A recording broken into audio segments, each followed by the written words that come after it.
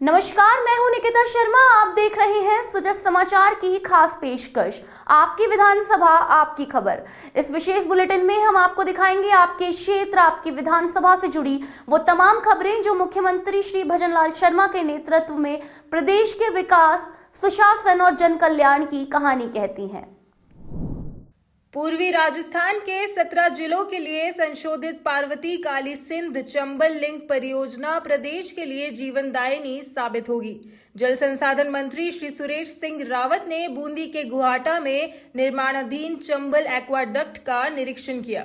उन्होंने निर्माणाधीन चंबल एक्वाडक्ट कार्यस्थल पर अभियंताओं से चर्चा कर परियोजना की विस्तृत जानकारी ली। करीब 2.5 किलोमीटर लंबा यह एक्वाडक्ट जून 2028 तक पूरा होगा। मंत्री श्री सुरेश सिंह रावत ने कहा कि मुख्यमंत्री श्री भजनलाल शर्मा के कुशल नेतृत्व में सतत प्रयासों से जल सुरक्षा की दिशा में एक्वाडक्ट मील का पत्थर साबित होगा। इससे काली सिंध और मेज नदियों का जल बीसलपुर और ईरसरदा बांध तक पहुंचेगा।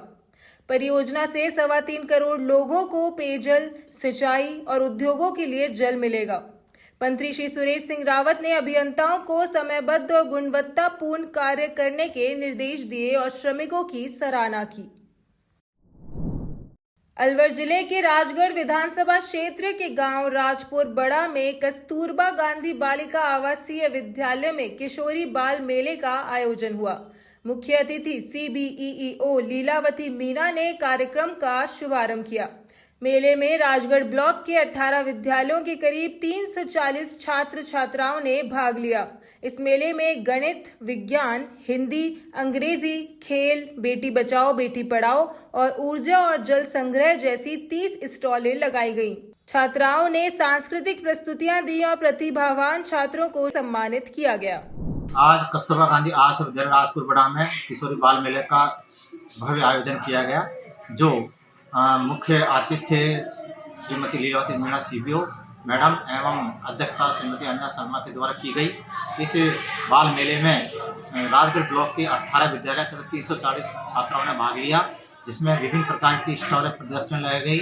इसमें शैक्षिक क्षेत्र की पर्यावरण, विज्ञान एवं विभिन्न रीति रिवाज त्योहारों के प्रदर्शन लगाए गए, जिससे बच्चों में काफ़ी उत्साहवर्धन था, जो उसके शैक्षिक क्षेत्र में काफ़ी लाभकारी रहा तथा बच्चों को सम्मानित किया गया। विभिन्न प्रकार की शील्ड एवं माला पहनाकर सम्मानित किया गया। विधायक उदयलाल भड़ाना ने विधायक आपके गांव कार्यक्रम के तहत मांडल ग्राम में व्यापक जनसंपर्क किया। उन्होंने विभिन्न मोहल्लों और सार्वजनिक स्थलों पर जन चौपाल लगाकर ग्रामीणों की समस्याएं सुनी और मौके पर अधिकारियों को समाधान के निर्देश दिए। ग्रामीणों ने विधायक के सामने विभिन्न समस्याएं रखी। विधायक ने सभी समस्याओं के त्वरित समाधान का आश्वासन भी दिया। पिछले 7 महीने से जो है कि यात्रा चला रखी थी मैंने, आपका विधायक आपके गांव, और 426 गाँवों का आज मांडल विधानसभा का जो हेडक्वार्टर है मांडल गांव और कोलीखेड़ा, इस पर आज हमारी वो यात्रा का समापन है। मैं गांव-गांव जा रहा हूं और गांव के जो बड़े बुजुर्ग हैं, जो मोहतमी व्यक्ति हैं, जो युवा हैं, उनसे सुझाव मांग करके आगामी दिनों में तुम सुझाव बताओ कि मांडल में कैसे काम करें। पिछले 7 महीने से मैं जा रहा हूँ, मैंने सैकड़ों करोड़ के काम पास भी करवा दिए हैं। आज जो मंडल में आया हूँ, निश्चित रूप से जो कह रहे हैं वो काम बहुत जल्द मैं करूँगा और सारा विकास कार्य, मैंने जब चुनाव लड़ा था ये कहा था कि जैसी जनता कहेगी वैसे मैं काम करूँगा। मैंने अपने बात को, वादा को पार लगाते हुए पिछले 7 महीने से गाँव में जा रहा हूँ, जनता के बीच में जा रहा हूँ। धौलपुर जिले की महिलाओं के लिए चिकित्सा एवं स्वास्थ्य विभाग ने गर्भ की पाठशाला नामक YouTube चैनल शुरू किया।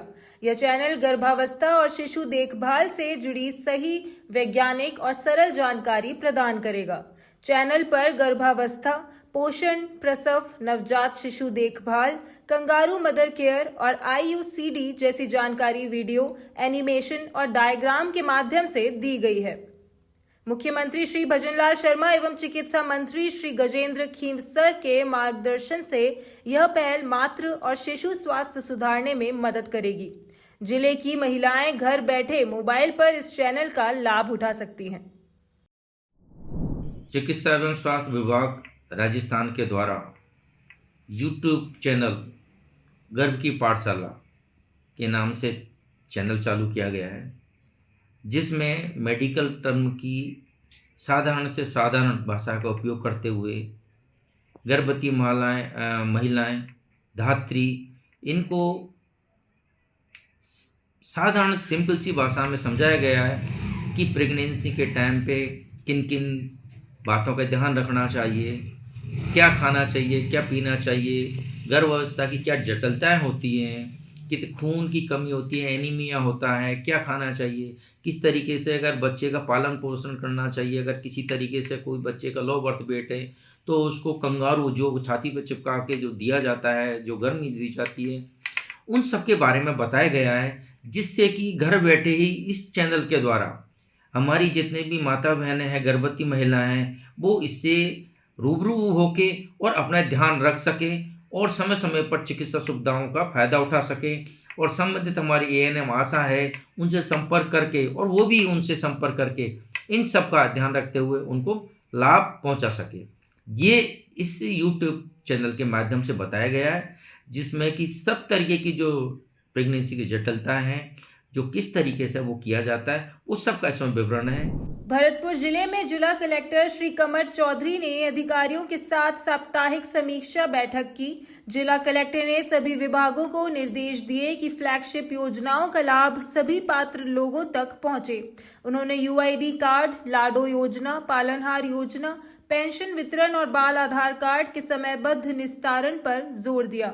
जिला कलेक्टर ने नगर निगम और ग्रामीण क्षेत्रों में नालियों, ड्रेनेज और विकास कार्यों की जांच कराने के साथ साथ कृषि भूमि में खेतों की मेड़ों और शहरी क्षेत्रों में पौधारोपण की योजना तैयार करने के निर्देश दिए। उन्होंने अधिकारियों को गुणवत्ता सुनिश्चित करने और कार्यों में पारदर्शिता बनाए रखने का भी निर्देश दिया। सवाई माधोपुर जिला कलेक्टर कानाराम की अध्यक्षता में समीक्षा बैठक आयोजित हुई। बैठक में जिले में चल रहे ग्राम उत्थान शिविर, विकास कार्यों और मूलभूत सुविधाओं की समीक्षा की गई। जिला कलेक्टर ने सभी विभागों के अधिकारियों को संपर्क पोर्टल और मुख्यमंत्री जन सुनवाई पोर्टल के लंबित मामलों के शीघ्र निस्तारण के निर्देश दिए। उन्होंने जिले में बजट घोषणाओं और विकास योजनाओं को धरातल पर लागू करने के लिए कार्य योजना बनाने, गोदाम निर्माण, कौशल विकास और पीएम श्री स्कूलों के मानक सुनिश्चित करने के निर्देश दिए। इसके साथ ही उन्होंने जल, बिजली, सड़क, स्वास्थ्य और सफाई जैसी सुविधाओं पर विशेष ध्यान देने के निर्देश भी दिए।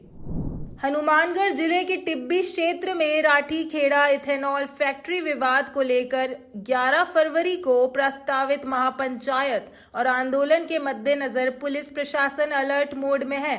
एडीएम उमेदी लाल मीणा ने थाना परिसर में सीएलजी सदस्यों की बैठक आयोजित की।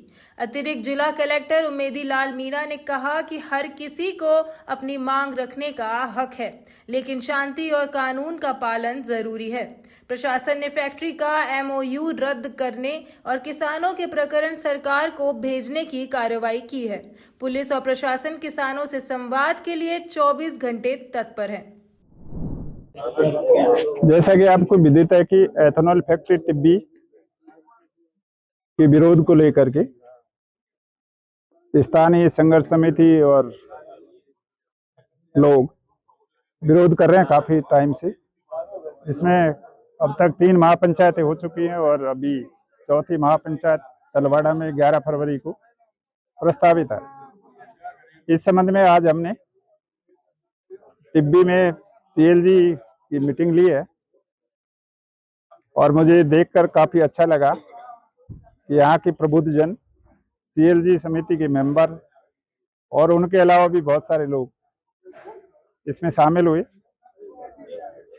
हमने इनको रिक्वेस्ट किया कि यहाँ की संघर्ष समिति और यहाँ के स्थानीय व्यक्तियों की मांग के अनुरूप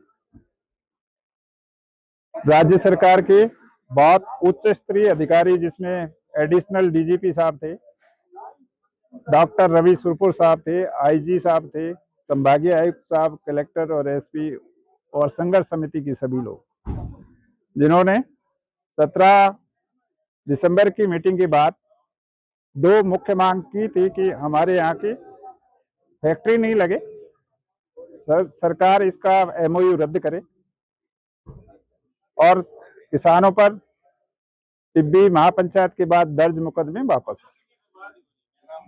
और हमारी ये मांग राज्य सरकार को अर्थशास्त्री पत्र के साथ भेजी जावे। तो जैसा मैंने CLG समिति की मीटिंग में भी बताया कि वो उसी समय जिला कलेक्टर महोदय ने अर्थशास्त्री पत्र के साथ राज्य सरकार को प्रेषित कर दी थी। इसके बाद दोनों मुकदमे, जिनमें एक कंपनी की तरफ से था और एक राज्य सरकार की तरफ से था, CID CB को ट्रांसफर कर दिए गए। राज्य सरकार ने एक उच्च स्तरीय कमेटी श्रीमान संभागीय आयुक्त महोदय की अध्यक्षता में गठित की, जिसने एथेनॉल प्लांट और यहाँ का दौरा किया। संघर्ष समिति के लोगों के साथ भी उन्होंने मीटिंग की और उसके बाद BC के माध्यम से कई मीटिंग उनकी हो चुकी हैं। भरतपुर जिले की ग्राम पंचायत जगीना में ग्राम उत्थान शिविर 2026 आयोजित किया गया। यह शिविर ग्रामीणों के जीवन में सकारात्मक बदलाव लाया। शिविर में 13 विभागों के अधिकारी शामिल हुए और ग्रामीणों की पुरानी समस्याओं का मौके पर समाधान किया गया। किसान बलदेव और जगदीश सिंह को स्वामित्व योजना के तहत आवासीय पट्टा तुरंत प्रदान किया गया। चंद्रभान सिंह को मृदा परीक्षण कार्ड दिए गए। शिविर में किसान क्रेडिट कार्ड, फॉर्म पॉन्ड, तारबंदी योजना, PM सूर्यघर योजना सहित कई सरकारी योजनाओं के लिए आवेदन और लाभार्थियों को प्रमाण पत्र वितरित किए गए। ग्रामीणों ने प्रशासन और सरकार का आभार व्यक्त किया। भजनलाल सरकार द्वारा, राजस्थान सरकार द्वारा ग्रामीण उत्थान शिविर आयोजित किए जा रहे हैं।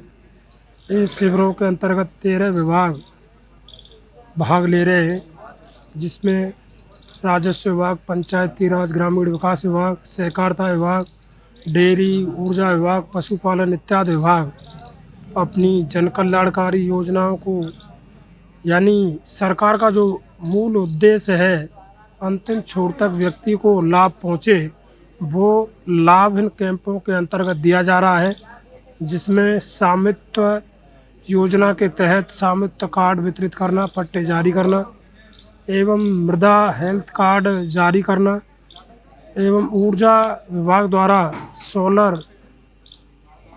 संयंत्र स्थापित करने के लिए आवेदन पत्र तैयार कराए गए हैं। दूसरे अन्य जन कल्याणकारी जो भी योजना स्कीम है उनका लाभ जनता तक अंतिम छोर तक पहुंचाने के लिए ये शिविर इसी तरह लगते रहें, जिससे अंतिम छोर तक सरकार की मंशा पूरी हो सके। सबसे पहले तो मैं भजनलाल जी को धन्यवाद देना चाहूँगा। आज हमारे गांव में कैंप लगा है, जिसमें 13 विभाग आए हैं। गांव के लोगों की परेशानियां, जो भी उनकी परेशानियां थी, उनको सॉल्व करा है, जिसमें से कुछ लोगों को पट्टे मिले गए हैं। काफ़ी टाइम से परेशान हो रहे थे लोग बाग, और कईयों में मिट्टियों की जांच भी करवाई है जिनके खेतों में दिक्कत थी। आज 13 विभाग सभी यहाँ उपस्थित हैं एक ही छत के नीचे, तो मैं धन्यवाद देना चाहूँगा सबको। मैं करीब 15 वर्ष से लगातार प्रयास में लगा हुआ था। मुझे मेरे मकान का मालिकाना हक नहीं मिल पा रहा था। लगातार प्रयास के बाद में अब मेरे लिए मेरे मकान का, मेरी ज़मीन का हक मिला है और मैं इससे बहुत खुश हूँ। और मैं अब इस पर कोई सरकार से कोई लोन लेके और मैं अपना कोई रोज़गार का साधन बनाऊंगा। और मेरे को आज बहुत बड़ी खुशी है इस बात की, मुझे मेरा हक मिल गया। गांव में शिविर लगा है, उसमें पट्टा मिला हुआ है। पंचायत किस चीज़ का पट्टा मिला है? मकान। पंचायत जगीना में शिविर लगा है, ग्रामीण उत्थान शिविर, जिसमें कृषि विभाग से मेरी ज़मीन की जांच हुई है। जो कमी है, उपज की में क्या क्या प्रॉब्लम आ रही है, क्या क्या समस्या आती है उपज में, क्या कमी है। जिस प्रकार शरीर की जांच होती है, उसी प्रकार ज़मीन की भी जांच होती है। कार्बोहाइड्रेट की कमी है, या नाइट्रोजन की कमी है, या सल्फर की कमी है।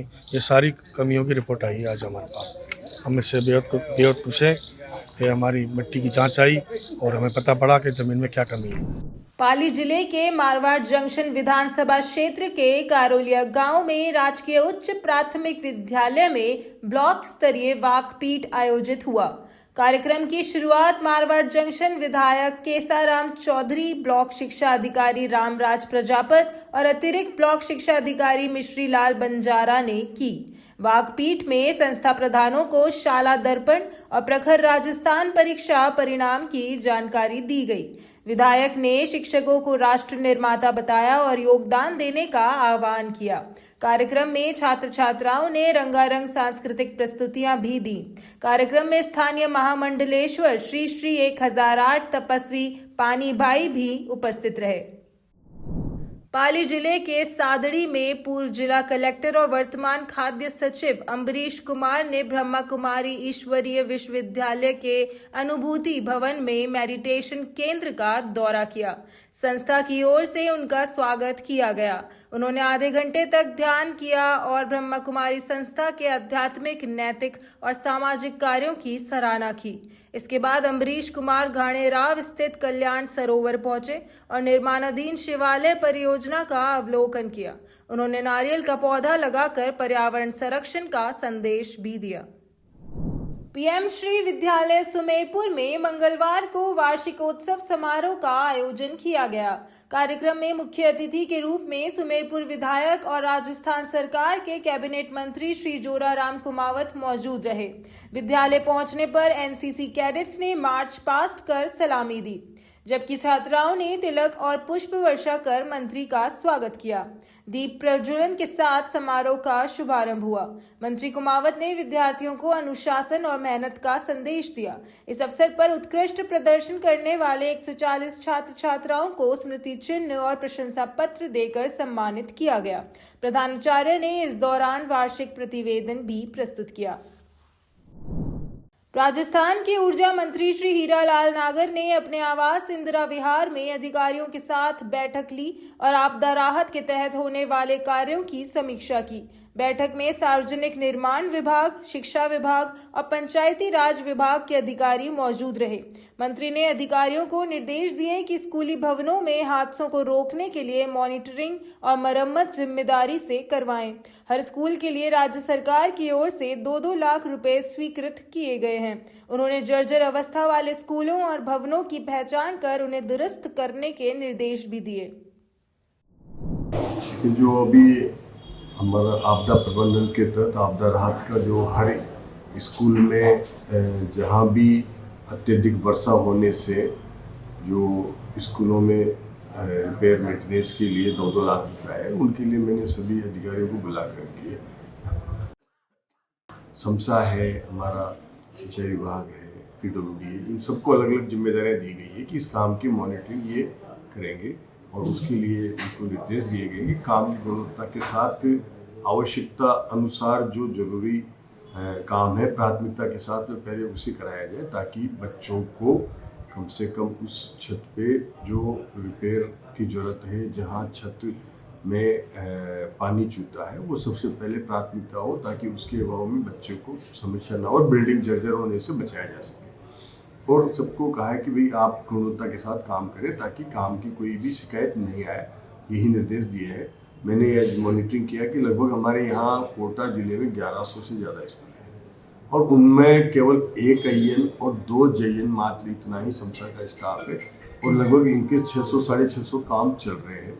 इन कम स्टाफ से मेरे को लगता नहीं है कि इनकी मॉनिटरिंग कर पाए, इसलिए ये समसा वाले भी अपने काम के प्रति समय जो देना चाहिए वो नहीं दे पाते, उसके वजह से काम की क्वालिटी भी बिगड़ती है और उससे हमारे जो बच्चों का भविष्य भी हमें एक अंधकार में लगता है कि कैसे इस बच्चों को हम सुरक्षित छत दे सकें। इसके लिए बहुत आवश्यक है कि इसकी मॉनिटरिंग ऐसे विभाग से कराई जाए जहाँ पर पर्याप्त मात्रा में स्टाफ हो।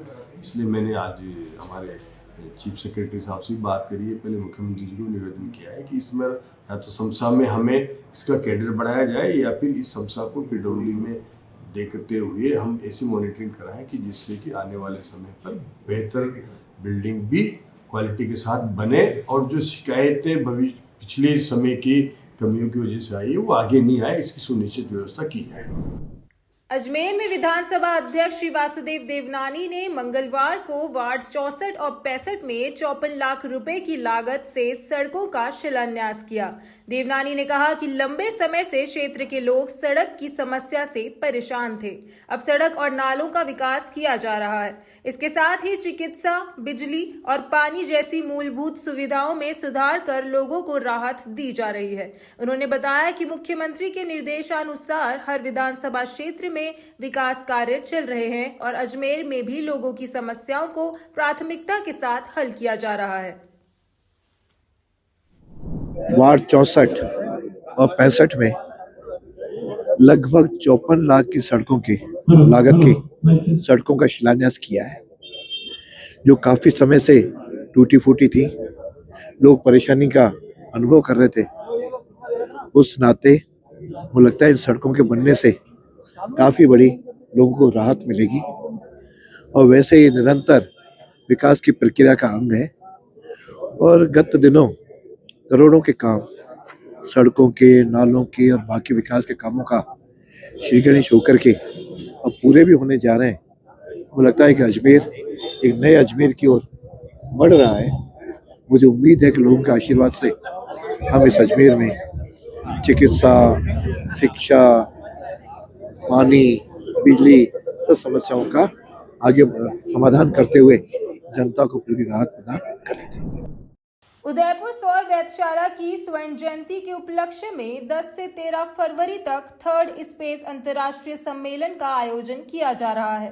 वेधशाला के निदेशक डॉक्टर शिबू मैथ्यू ने बताया कि भारत समेत कई देशों के लगभग 100 सौर भौतिकविद इसमें भाग ले रहे हैं। उद्घाटन सत्र में इसरो और अंतरिक्ष आयोग के पद्मश्री विजेता डॉक्टर A.S. किरण कुमार ने मुख्य वक्तव्य किया। सम्मेलन में उन्नत दूरबीनों और अंतरिक्ष मिशनों से प्राप्त नए शोध परिणामों पर चर्चा हुई। मल्टी एप्लीकेशन सोलर टेलीस्कोप के 10 वर्ष पूरे होने पर भी विशेष सत्र का आयोजन किया गया।